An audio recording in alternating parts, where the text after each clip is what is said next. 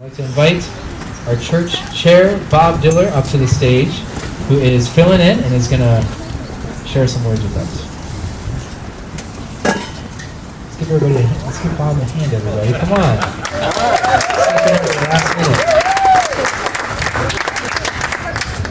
Morning, everyone. I'm sure you're probably surprised to see me here this morning, but you're not nearly as surprised as I am. Pastor X and I had a text trail Thursday afternoon, and it went something like this. Pastor X: I have COVID again. I just tested positive, and I'm at the urgent care now. I'm trying to find a replacement preacher for Sunday. Not again?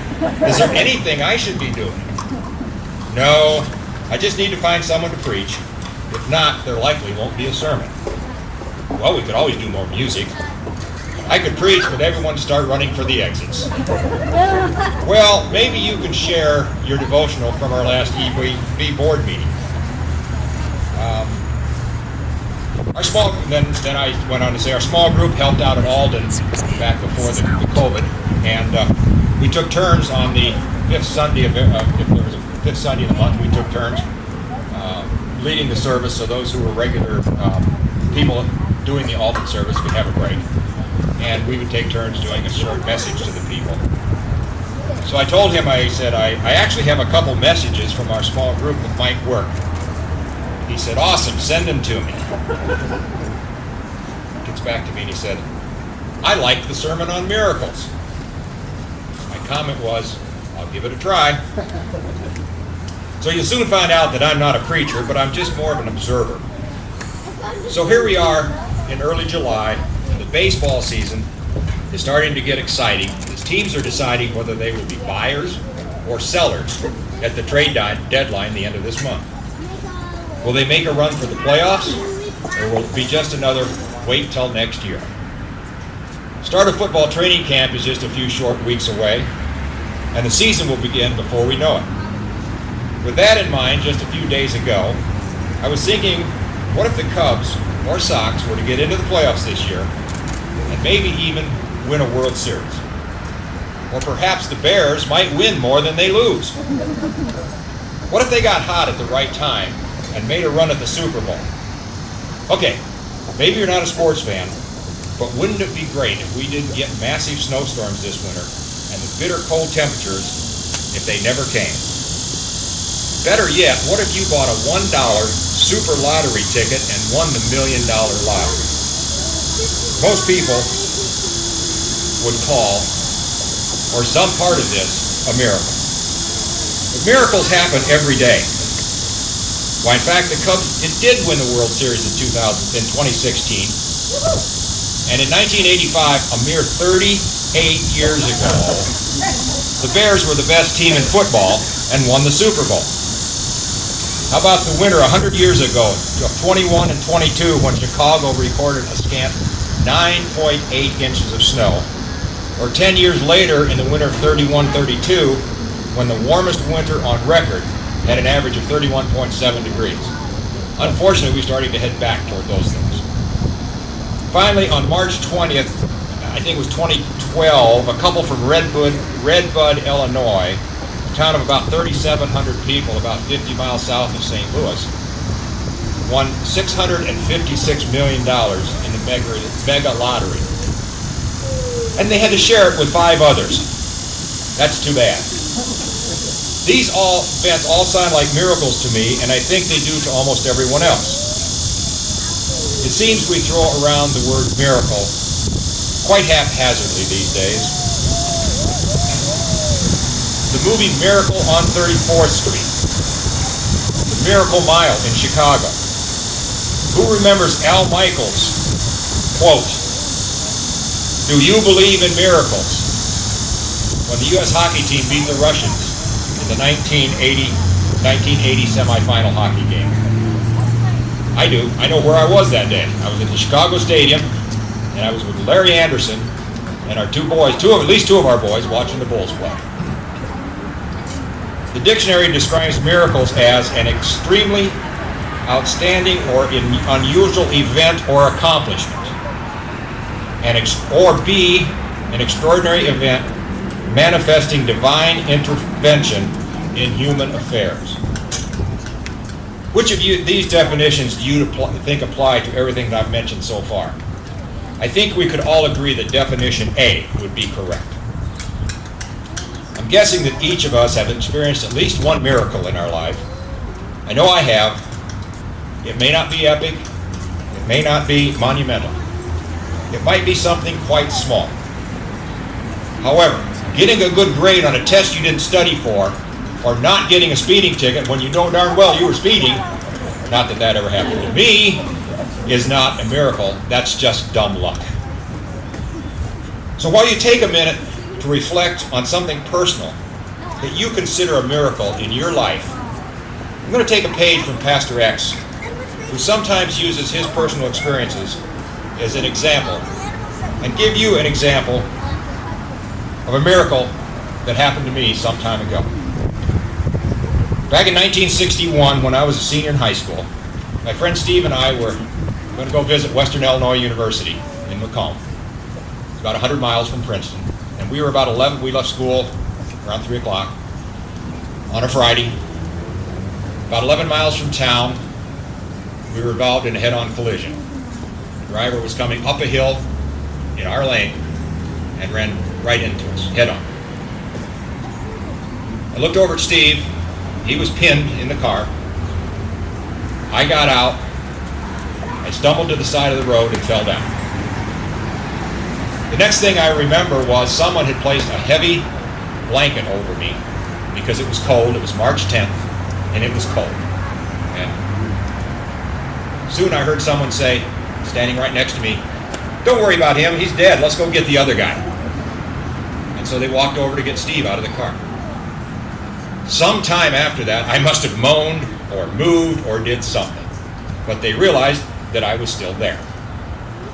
So they took us to the hospital in the ambulances, each in their own, went to a hospital in Princeton, Illinois, which is a small little hospital. It was Friday evening. My only apparent injury was a broken nose, and I had a lot of scars on my nose, and black eyes and that sort of thing. Steve had 2 broken legs, a broken arm, and a broken jaw. So he was in worse shape than I was. Saturday morning, I went to the ER, or to the operating room, had my nose replaced. The doctor who did it had never seen me before. He took my senior picture, propped it up alongside my head in the operating room, and made this. That's what I came out with. Everything was good. Saturday night I felt good. Sunday I felt good. Sunday night I started getting up, moving around a little bit. Sometime early Monday morning, my blood pressure spiked. It was crazy. All the vital signs were just horrendous. So they took me into the operating room Monday morning. There were two physicians and a surgeon. They did a major abdominal surgery, and they found that I had a lacerated liver. And a lacerated liver is not very common. And what had happened was, I got that in the accident from a twist. It had coagulated and held together until I started getting up and doing more activity. 2 doctors had no idea what to do, but the surgeon had seen this in Korea about 12 years before, and he knew what to do. So they put me back together, sent me back to my room. 3 weeks later, I was out of the hospital. 3 more weeks later, total 6 weeks, I was back in high school, and I graduated on time with my class. I consider that a miracle. Not sure why God did that to me or for me. He must have had a reason. I still don't know. But here I am, 61 years later, and I'm still here. So that's a miracle. You guys might all have had some miracle of some kind, and probably not as dramatic and as epic as that. So, what about the miracles Jesus performed as recorded in the Bible?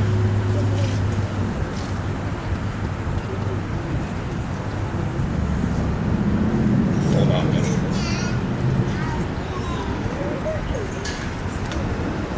His definitions sound more like definition B, an extraordinary event manifesting divine intervention in human affairs. So let's take a look at Jesus' miracles and then talk about why Jesus performed them. Does anyone have an idea how many miracles Jesus performed? That's a lot, yes. Anybody have a number? Okay. Well, together, all four Gospels record 37 miracles of Jesus. Traditionally, anyone who compiles a list of miracles agrees with this number, but they miss the most important miracle Jesus ever performed. And I'll get to that a little bit later. So for now, let's just agree that the number of miracles Jesus performed is 37. Can you recall some of these miracles? We all have our favorite miracles. For some, it would be the feeding of the 5,000, which is recorded in all four Gospels. John records it this way in chapter 6, verse 1 through 15.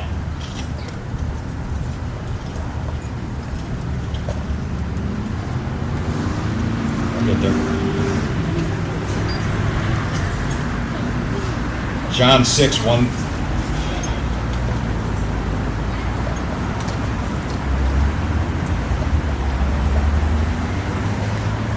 Okay, John 6, 1 through 15. Sometime after this, Jesus crossed the far shore of the Sea of Galilee, and a great crowd of people followed him because they saw his miraculous signs he had performed on the sick. When Jesus went up on the mountainside, he sat down with his disciples. The Jewish Passover feast was near. When Jesus looked up and saw a great crowd coming toward him, he said to Philip, "Where shall we buy bread for these people to eat?" He asked this only to test him, for he already had in mind what he was going to do. Philip answered him, 8 months' wages would not buy enough bread for each of you to have. Another of his disciples, Andrew, Simon Peter's brother, spoke up. "Here is a boy with 5 small barley loaves and 2 small fish, but how far will they go among so many?" Jesus said, "Have the people sit down." There was plenty of grass in that place, and the men sat down, and about 5,000 of them. Jesus took the loaves, gave thanks, and distributed them to those who were seated, as much as they wanted, and they did the same with the fish. When they had all had enough to eat, he said to his disciples, "Gather the pieces that are left over. Nothing will be wasted." So they gathered them and filled 12 baskets with the pieces. Of the fish and the 5 barley that those who had eaten. How about the miraculous catch of fish after the resurrection? This is recorded in John 21.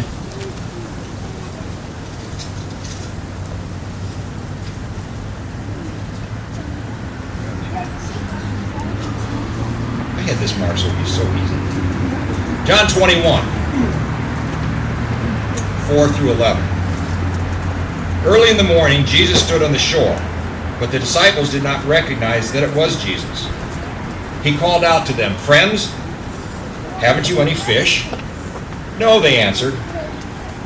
He said, "Throw your net on the right side of the boat, and you will find some." When they did that, they were unable to haul the net in because of the large number of fish. Here's another good one. Turning water into wine. John 2,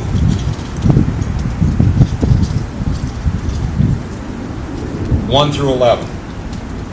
On the 3rd day, a wedding took place at Cana in Galilee. Jesus' mother was there, and Jesus and his disciples had also been invited to the wedding.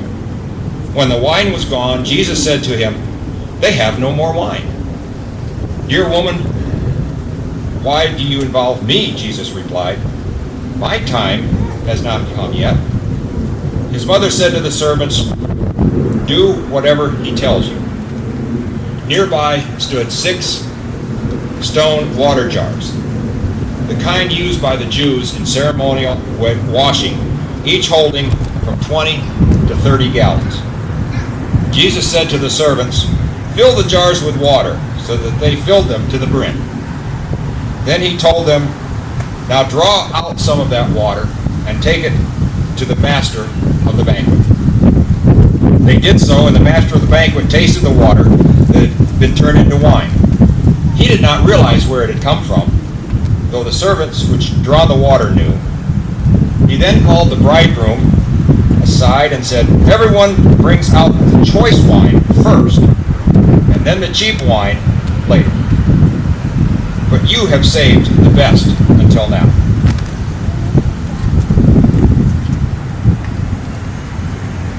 I have one more here. Remember the coin in the mouth of the fish? You don't? Well, here's Matthew's account. In chapter 7, verses 4. It wasn't windy in my house when I practiced this. Chapter 4 of Matthew 24 through 27. After Jesus and his disciples arrived at Capernaum, the collectors of the 2 drachma tax came to Peter and asked, "Doesn't your teacher pay the tax?" "Yes, he does," he replied. When Peter came into the house, Jesus was the first to speak. "What do you think, Simon?" he asks. "From whom do the kings of the earth collect duty and taxes? From their own sons or from others?" "From others," Peter answered. Then the sons replied, "The sons are exempt." Jesus said to them, "But so that you may not offend them, go to the lake and throw out your line. Take the first fish you catch, open its mouth, and there you will find a 4 drachma coin. Take it and give it to them for my taxes and for yours." The healing of the official son, raising Lazarus from the dead, healing 10 lepers, healing the crippled woman, raising the widow's son, walking on water. In verse 4, the calming of the storm was recorded. In verse 4, Mark 4:35,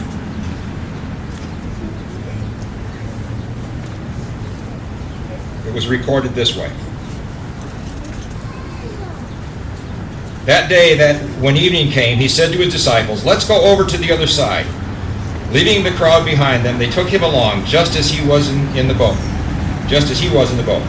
There were also other boats with him. A furious squall came up, and the waves broke over the boat so that it was nearly swamped. Jesus was in the stern, sleeping on a cushion. The disciples woke him and said to him, "Teacher, don't you care if we drown?" He got up and rebuked the wind and said to the waves, "Quiet, be still." Then the wind died down, and it was calm again. He said to his disciples, "Why are you so afraid? Do you still have no faith?" And the list goes on. Jesus didn't perform these miracles to show how powerful he was. He didn't go around bragging of his great abilities afterwards. He didn't get high fives or fist bumps. He didn't wander through the crowd accepting thank yous. No one gave him a plaque. There were no statues unveiled in public at a public celebration. He just did them. So why did Jesus perform all these miracles? Dr. Doug Brookman, a professor on New Testament exposition at Shepherd's Theological Seminary in Cary, North Carolina, has this to say about why did Jesus perform miracles. Dr. Brookman says, "Familiarity has dulled our amazement. We know about the water becoming wine, Christ striding on the waves, the blind soaking in new light, the wind obeying the command, and even Lazarus living again. Compared to the reaction of those who saw Jesus' miracles firsthand, our response is much more tepid. Some people back then followed, some snarled, some condemned, but no one ignored. To get to the reason why Jesus performed his miracles, we need to unearth the expectations of those who lived at that time. We know who Jesus claimed to be: the Messiah and God in sandals. But the people of ancient Israel had no New Testament to study. They only had the Old Testament and the teachings of rabbis and hope. Jesus strode into their midst with their hope to be free of the oppression from distant Rome, with a bold calm. The prophecies were fulfilled in him. The Messiah had come to draw people to the kingdom of God. While he had no magic wand that they could see him healing their friends and relatives. They could see the power of God moving through the hills. They'd read about the great powers of the great miracles of Moses and Joshua and Daniel and Elijah, but seeing them was another matter. Dr. Brookman goes on, the miracles themselves were not always ways for Jesus to show off his power, especially since he had given up his former glory to come to earth and do the will of his Father. Instead, the miracles vindicated his claim about himself and his teaching. Although he didn't need to perform any miracles and refused to perform them on demand, he did them so others might believe.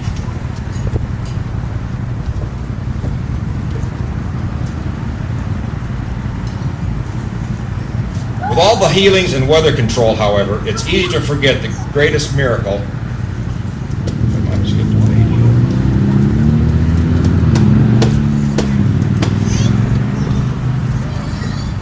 With all the healings and weather control, however, it's easy to forget the greatest miracle Jesus performed. Being dead and in the grave, Jesus took his life back and delivered confirmation of his kingship that no one could ignore. We all know that deep stuff didn't come from me. I just was able to look it up.